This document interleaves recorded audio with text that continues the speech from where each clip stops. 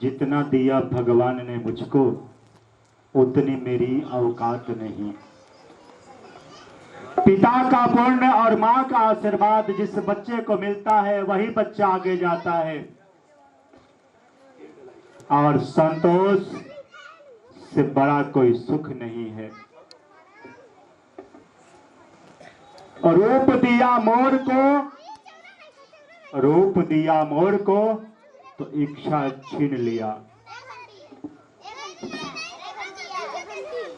दिया संतोष संत को तो घर बार छीन लिया, दिया देवी देवताओं को तो मोक्ष छीन लिया, दिया मोक्ष इंसान को तो संतोष छीन लिया। भगवान की बहुत महिमा है महाराज। भगवान भी चाहते हैं ना कि अब 84 के चक्कर लगाते रहिए, लेकिन आपको बचना है 84 लाख योनियों में चक्कर लगाने से। तो आप भगवान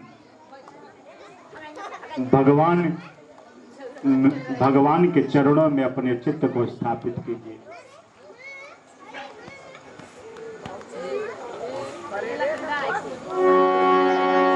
इसलिए नहीं कश्चित् क्षणमपि जातु तिष्ठत्य कर्मकृत् कार्यते ह्यवशः कर्म गुणैः स्वाभाविकैर्बलात्।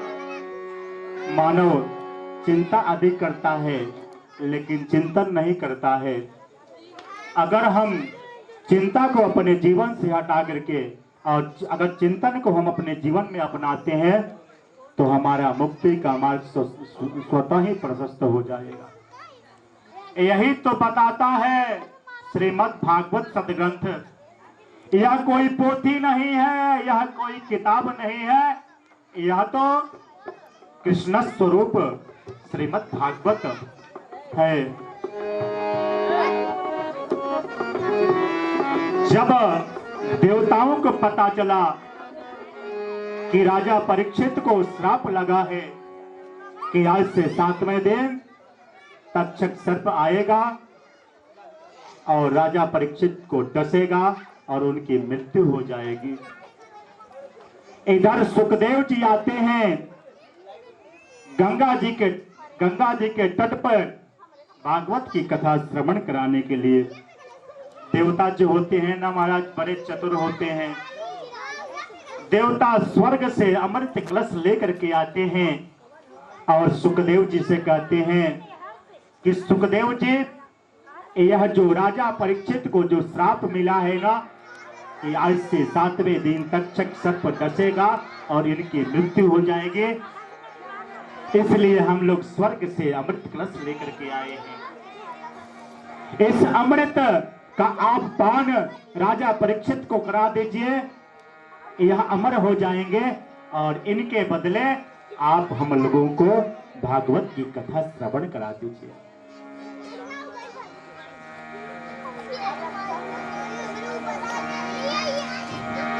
सुखदेव जी कहते हैं देवतागण, कहाँ अमृत और कहाँ अमृतमयी श्रीमद् भागवत की कथा, कहाँ कांच और कहाँ मणि, इन दोनों की तुलना एक साथ कैसे हो सकती है। अमृत का पान करने के बाद व्यक्ति स्वर्गलोक में जाता है। स्वर्गलोक क्या है और भगवान का गोद क्या है, मुक्ति क्या है, इस पे थोड़ी सी हम चर्चा करते हैं महाराज। स्वर्ग पापी से पापी व्यक्ति अगर होगा तो उसके आगे भी लोग लिख देते हैं कि स्वर्गीय फलना व्यक्ति, भले ही वो अपने जीवन में एक भी सत्कर्म न किया हो, जीवन में पाप ही पाप किया हो, लेकिन फिर भी उसके आगे लोग लिख देते हैं कि स्वर्गीय फलना व्यक्ति। बोले जय जय श्री राम। तो स्वर्ग क्या है? जो हम इस मृत्यु लोक पे पुण्य करते हैं ना, इस पुण्य के फल भोगने के लिए हम स्वर्ग में जाते हैं। और जैसे ही हमारा पुण्य क्षय हो जाता है ना, तत्काल हम मृत्यु लोक पे आ जाते हैं। और जो व्यक्ति भगवान के गोद का अधिकारी हो जाता है ना, वह उसका जो चक्र जो है ना, कुचक्र जो न है, 84 लाख योनियों में भटकने का जो कुचक्र है ना, वह हमेशा के लिए छूट जाता है।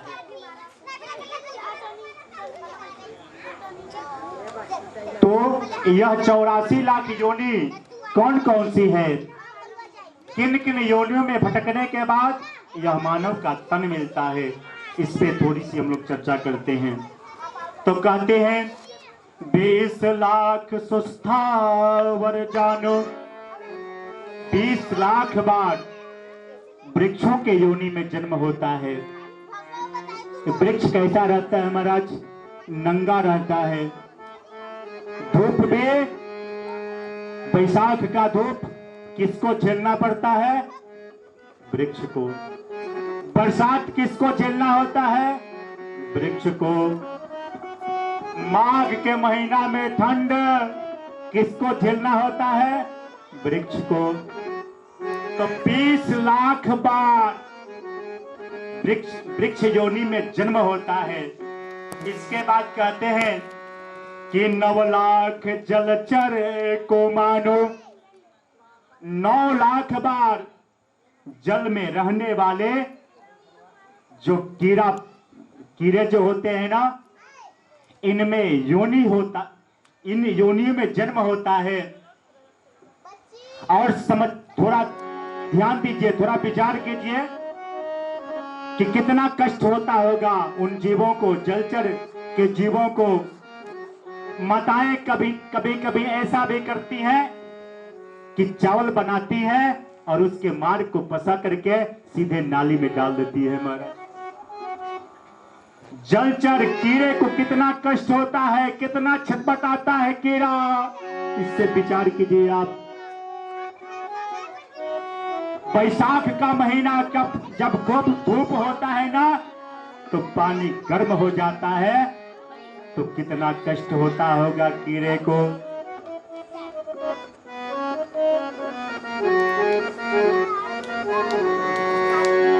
नौ लाख जलचर को मानो, 11 लाख प्रेमी कवि गावे। 11 लाख बार ये जो कीड़े पतंगे जो होते हैं ना, इन योनियों में जन्म होता है। ये देखिए कीड़े पतंगे उड़ रहे हैं और जैसे ही आग के पास जाएंगे जल जाएंगे हमारे। तो 11 लाख बार कीड़े पतंगे का जन्म होता है। उसके बाद पक्षी गण 10 लाख बतावे। 10 लाख बार पक्षियों का जन्म होता है। इसके बाद 30 लाख पशु चानो भाई।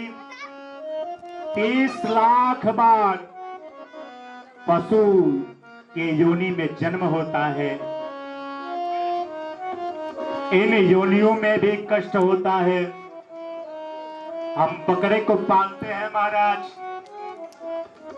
खूब उसकी सेवा करते हैं और चंद पैसों के लिए कसाई के हाथों में दे देते हैं। हमको एक सुई लगती है तो माई रे माई करते हैं, बाप रे बाप करते हैं। और वह बकरे का जो बच्चा है ना, आपके चंद पैसों के लिए हलाल होता है, हलाल होता है। हमारे बच्चों को कुछ हो जाता है तो कितना कष्ट होता है।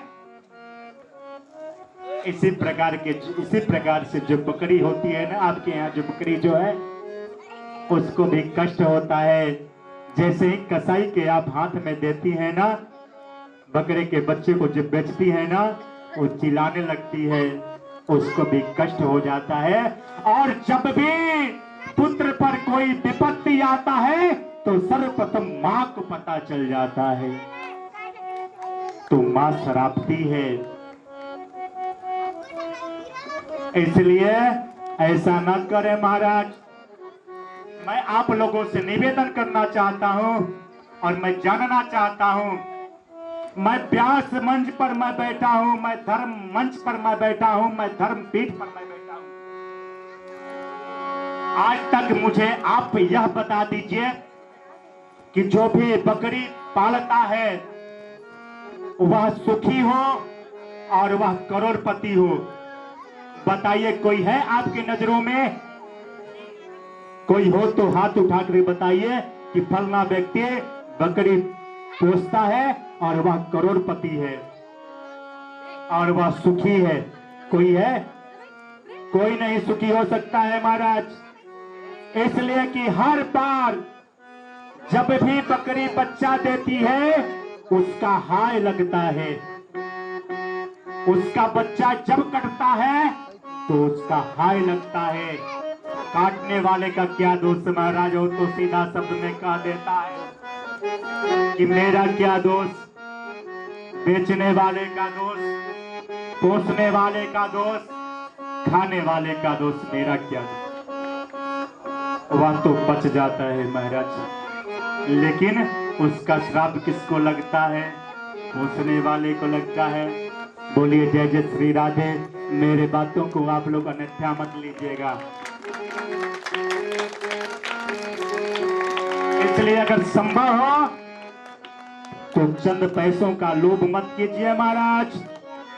कफन में जेब नहीं होता है, कफन में जेब नहीं होता है, कफन में जेब नहीं होता है। एक दिन सबको जाना है यहां से। 30 लाख पशु जानो भाई, 4 लाख वानरे तन पाई। 4 लाख बार वानर का तन मिलता है। इसके बाद जब यह 84 पुर जाए तब यह जीव मनुष्य तन पाए। जब इस प्रकार से 84 लाख बार परिपूर्ण होता है उसके बाद यह मानव का जीवन मिलता है। और प्रत्येक व्यक्ति को 4 चिंता सताती है। पता है कौन सी चिंता सताती है? जन्म, मृत्यु, जरा और व्याधि। कौन कौन सी चिंता सताती है? जन्म, मृत्यु, जरा और व्याधि। जन्म के समय कितना कष्ट होता है वह जन्मने वाले बच्चे से पूछिए, लेकिन वह बच्चा बताने में समर्थ है।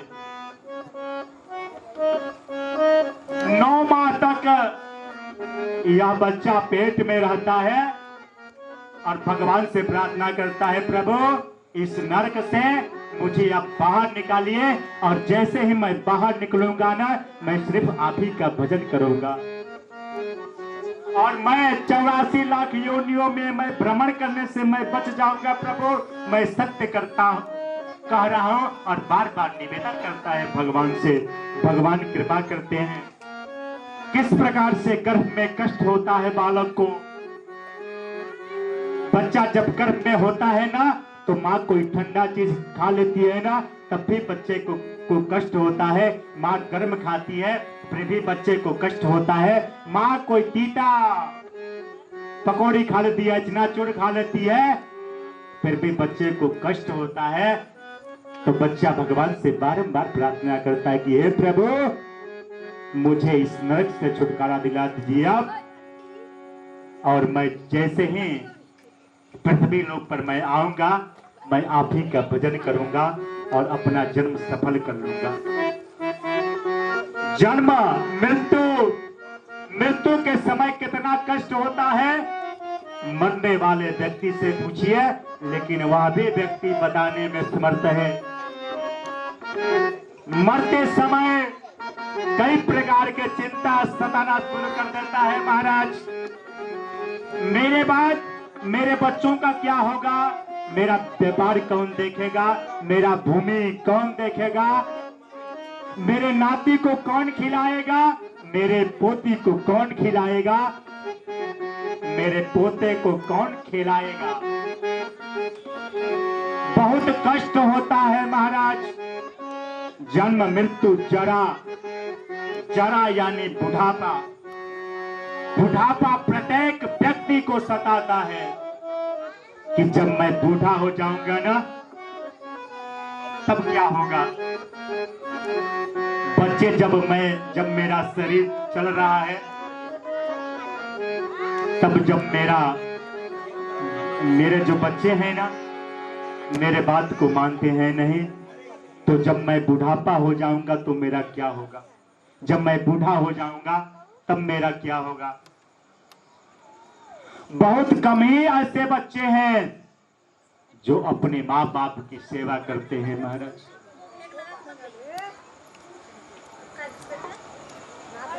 और सेवा भी करते हैं तो कष्ट तो बूढ़े व्यक्ति को ही सहना पड़ता है ना। कई प्रकार के व्याधि घेर लेता है। ब्लड प्रेशर, शुगर, गठिया, कमर जो है टेढ़ा हो जाता है, बैठने में समर्थ हो जाते हैं, चलने में समर्थ हो जाते हैं। जरा यानी बुढ़ापा, बुढ़ापा से सबको भय लगता है। व्याधि यानी रोग, प्रत्येक व्यक्ति को यह चिंता सताता है कि कहीं मैं बीमार न पड़ जाऊं। इसलिए इससे बचना है ना, तो जो सुभद्रा भगवान से मांगती है ना, वही आप लोग भी मांगिए। सुभद्रा जी क्या मांगती हैं भगवान से? कृष्ण त्वदीय पद पंकज पंजरान्ते अद्यैव मे विशतु मानस राजहंसो प्राण प्रयाण समये कफवात वित्तये कंठावरोधन विधौ स्मरणं कुतस्ते।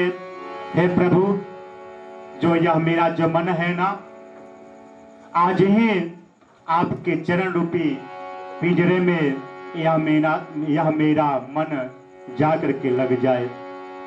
और एक बार मन भगवान के चरणों में जैसे ही लगेगा ना, भगवान के चरण में ब्रज और अंकुश होते हैं, झट दे पकड़ करके और पिंजरे में बंद कर लेंगे मन को। इसलिए आप लोग भी अपने मन को भगवान के चरणों में लगाइए। 2 मिनट भगवान नाम का संकीर्तन। श्री राम जय जय राम, श्री राम जय राम, श्री राम जय जय राम, श्री राम जय जय राम, श्री राम जय जय राम, श्री राम जय जय राम, श्री राम जय जय राम, श्री राम जय जय राम। जय जय विघ्नहरण हनुमान, जय जय विघ्नहरण हनुमान, जय जय विघ्न हरण हनुमान, जय जय विघ्न हरण हनुमान, जय जय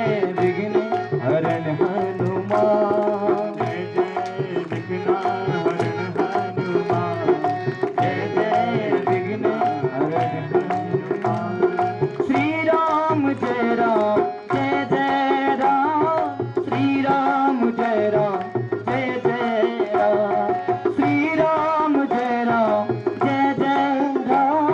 श्री राम जय जय राम। बोलो श्री राम जय जय राम, श्री राम जय जय राम, श्री राम जय जय राम, श्री राम जय जय राम। श्री राम जय जय राम, श्री राम।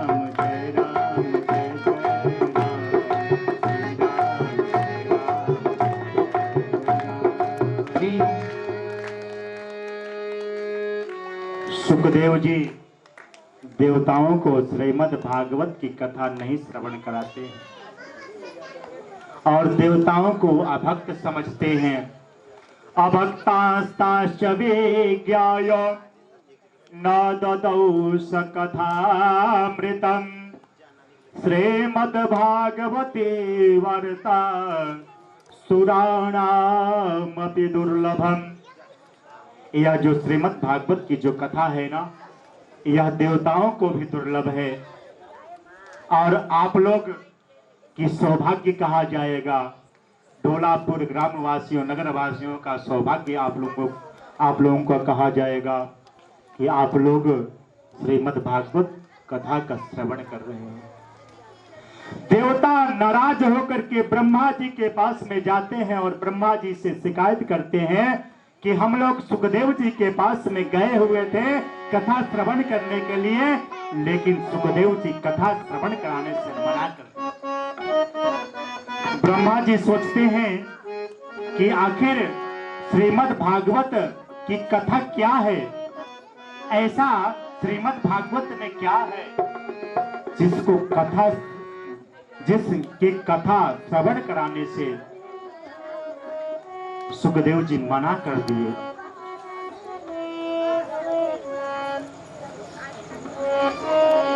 ब्रह्मलोक में ब्रह्मा जी तराजू मंगाते हैं। एक पलड़े पर समस्त धर्म साधनों को रखते हैं और एक तरफ श्रीमद् भागवत सदग्रंथ को रखते हैं। देखते क्या है कि समस्त धर्म साधन जो है, साधनों का जो पलड़ा जो है वह ऊपर हो जाता है और श्रीमद् भागवत का जो पलड़ा है वह नीचे हो जाता है। ब्रह्मा जी कहते हैं लघुन्यन्यानि जातानि गौरवेण इदं महात् तदा ऋषिगणा सर्वे विस्मयं परमं ययुः। सब आश्चर्य में पड़ जाते हैं। ब्रह्मा जी कहते हैं यह कोई पोथी नहीं है, यह कोई किताब नहीं है, यह तो श्रीमद् भगवताख्योऽयं प्रत्यक्षः कृष्ण एव हि। यह जो श्रीमद् भागवत जो है ना, यह स्वयं कृष्ण स्वरूप है। यह कृष्ण स्वरूप है श्रीमद् भागवत। अब कहते हैं 88,000 ऋषियों के मंडली से एक ऋषि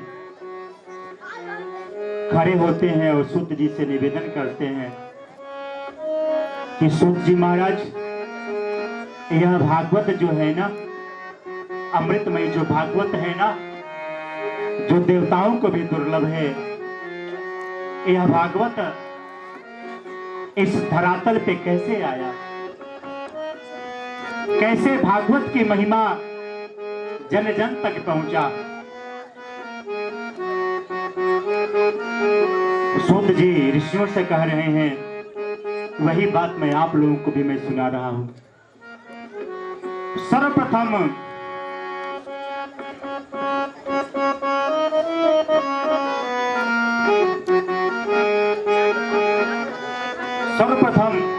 भगवान विष्णु ने चतुश्लोकी भागवत ब्रह्मा जी को दिया। ब्रह्मा जी ने अपने मानस पुत्र नारद जी को दिया। नारद जी भागवत की महिमा सनत कुमारों से सुने। अब 88,000 ऋषियों से सूत जी कह रहे हैं कि भागवत की महिमा सनत कुमारों से नारद जी सुने और यह सब जगह इस धरातल पे सबको सुनने का अवसर मिला। 88,000 ऋषियों के मंडली से एक ऋषि उठ करके फिर पुनः निवेदन करते हैं सूत जी महाराज से कि सूत जी महाराज, मैंने तो सुना है कि नारद जी घूमते रहते हैं और सनत कुमार कहीं आते जाते हैं नहीं, तो फिर यह कथा कहाँ हुआ? सूत जी ऋषियों को कथा श्रवण करा रहे हैं। एक दिन नारद जी बड़े तीव्र गति से उदास मुख करके बड़े तीव्र गति से जा रहे हैं, बड़े चिंतित हैं।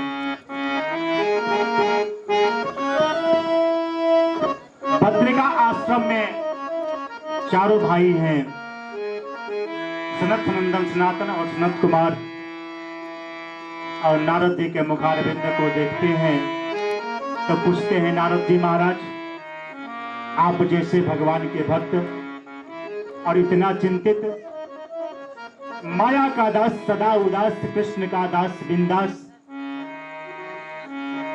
उदास तो सिर्फ मायावी व्यक्ति रहते हैं और आप तो भगवान के दास हैं, फिर आप इतना चिंतित। आप किसी भी संत से पूछिए, महाराज जी आप कहां से आ रहे हैं, कहां जाना है, तो संत यही कहेंगे कि भगवान की कृपा से अयोध्या से आ रहे हैं और श्रीधाम वृंदावन में जाएंगे, और अपने नाम के आगे दास लगाते हैं। दास मतलब सेवक, अपने आप को सेवक समझते हैं।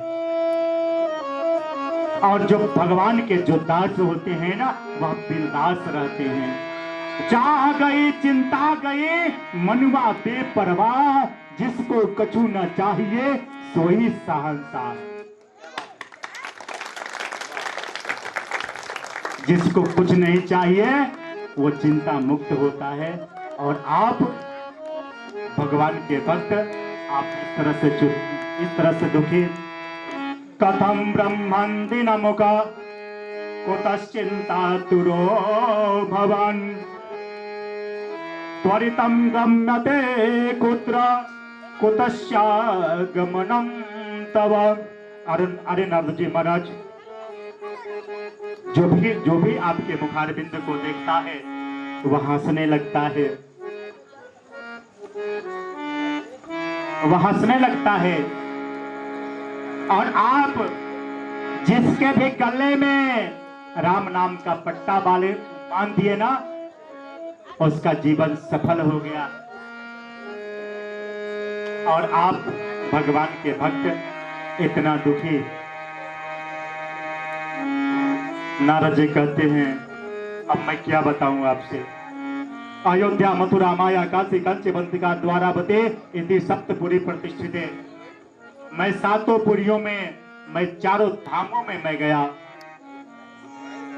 लेकिन कहीं भी मुझे शांति नहीं मिला।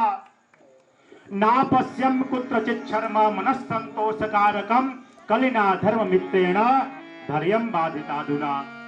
मैंने कहीं भी संतोष नहीं देखा। अधर्म का जो मित्र है कलयुग ना, यह सब जगह अपना आधिपत्य जमा रखा है। मंदिरों में पाखंडी आधिपत्य जमा रखे हैं।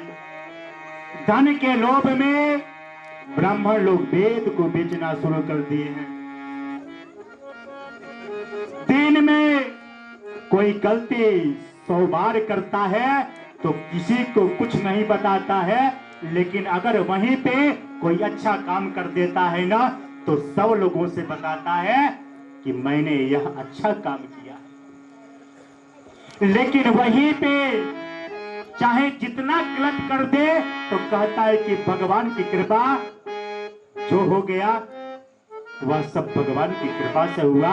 लेकिन अगर अच्छा काम करता है ना, तो भगवान की महिमा का गुणगान नहीं करता है, वहां अपना वर्चस्व जमाता है।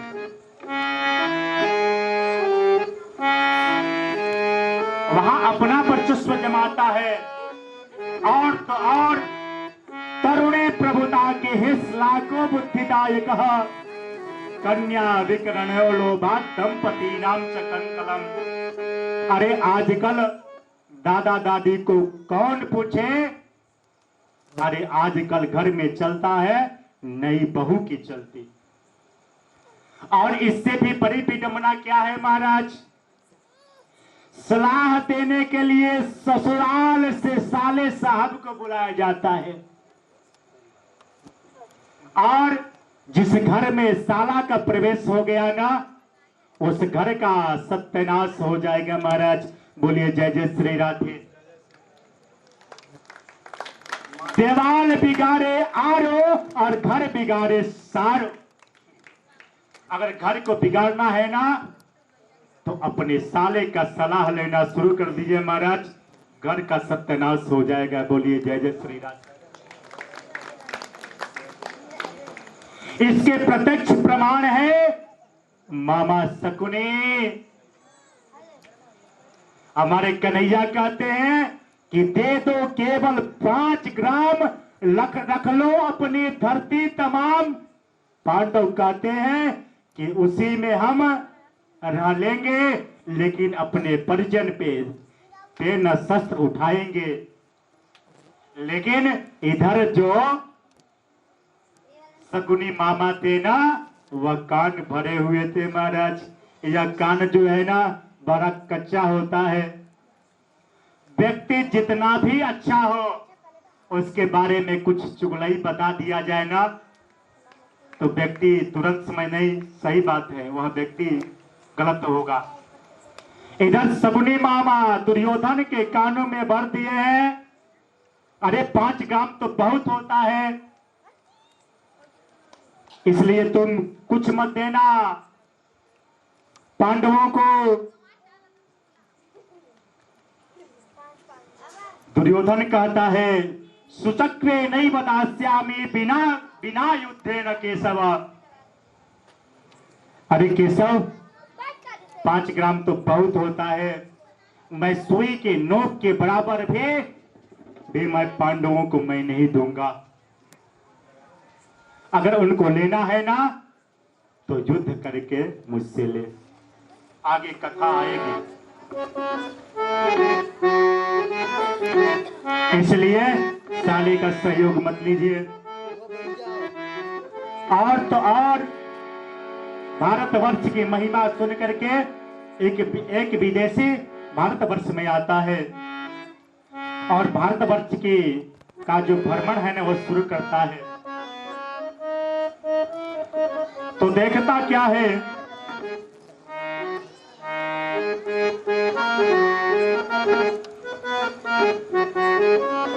देखता क्या है कि बहुत बड़ा बिल्डिंग बना हुआ है।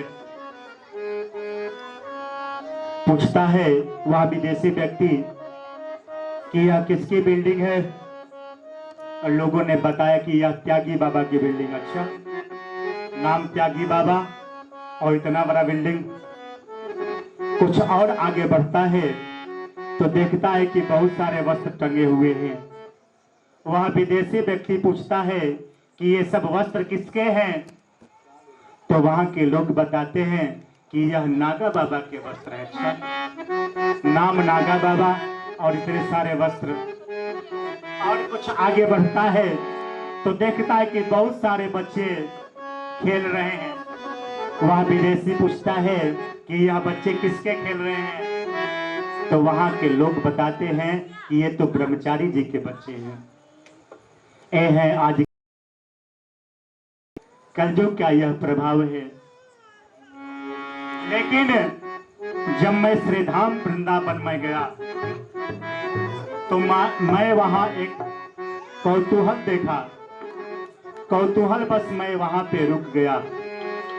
एक स्त्री खेद युक्त बैठी हुई है, दुखी मुद्रा में बैठी हुई है, और उसके पास 2 वृद्ध पुरुष लेटे हुए हैं। हजारों स्त्रियां सांत्वना दे रही हैं, पंखा झेल रही हैं। मैं कौतूहल बस उस दृश्य को मैं देखने लगा और मैं पास में मैं चला गया।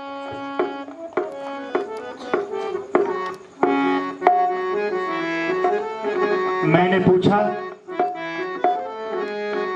नारद जी पूछते हैं उस देवी से कि देवी क्या बात है, क्यों आप इतना दुखी दुखी मुद्रा में बैठी हुई हैं। तो भक्ति देवी कहती हैं, अहम भक्तिर्ते ख्याता इमौ में तनयौ मतौ ज्ञान वैराग्य नामानौ काल योगेन जर्जरौ। हे नारद जी महाराज, मेरा नाम अहम भक्ति ऋतिक ख्याता, मुझे लोग भक्ति देवी कहते हैं। और यह जो दो वृद्ध पुरुष जो है ना, यह मेरे पुत्र हैं ज्ञान और वैराग्य। जो स्त्रियां जो बैठी हुई है ना, यह गंगा यमुना सरस्वती नर्मदा आदि नदियां हैं। इन सब के द्वारा सेवित होने के बाद भी मुझे कष्ट है। यह तो वृंदावन का प्रभाव है कि मैं तो तरुण हो गई। जैसे ही मैं वृंदावन में आई, मैं तो जवान हो गई, लेकिन मेरे जो पुत्र जो हैं ज्ञान वैराग्य, वह वृद्धा के वृद्धा ही रह गए। मैं अपना आपसे दुख क्या बताऊं। उत्पन्ना द्रविणे साहम वृद्धि कर्नाटके गता क्वचित क्वचिन महाराष्ट्रे गुर्जरे जीर्णता गता। कर्नाटक में मेरी वृद्धि हुई, लेकिन गुजरात में आते आते वहां के पाखंडियों के द्वारा मेरे अंग छिन्न भिन्न हो गए। लेकिन जब मैं श्रीधाम वृंदावन में वन में आई, मैं तो तरुण हो गई। मेरे पुत्र आज भी वृद्ध है। जब पुत्र को कष्ट होता है, पुत्र अगर कोई संकट में हो तो मां को सबसे अधिक कष्ट होता है। मैं जवान तो हो गए, लेकिन मेरे पुत्र आज वे वृद्ध हैं। जब मेरे पुत्र हैं वृद्ध हैं, तो मैं जवान रह करके मैं क्या करूंगी। नारद जी कहते हैं, जयति जगति माया यस्य काया धवास्ते वचन रचन में कम केवलम चकलैया ध्रुव पदमपि जातो यत्कृपातो ध्रुवोऽयं सकल कुशल पात्रम ब्रह्मपुत्रम नतास्मि। आपकी जय हो। आपके वचन मात्र से कयाधु के पुत्र जो है, उनको भगवान की प्राप्ति हो गई। यह भक्ति देवी कह रही हैं। नारद जी कहते हैं कि देवी तुम चिंता मत करो। वृथा खेदय से बाले अहो चिंता तुरा कथम श्री कृष्ण चरणा भोजन स्मर दुखम गमिष्यति। हे देवी आप चिंता मत करो, मैं तुम्हारे दुख का कारण मैं समझ लिया।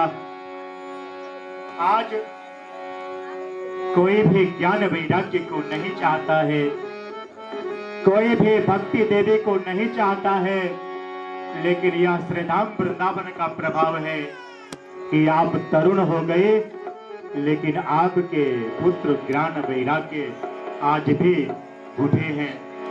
आइए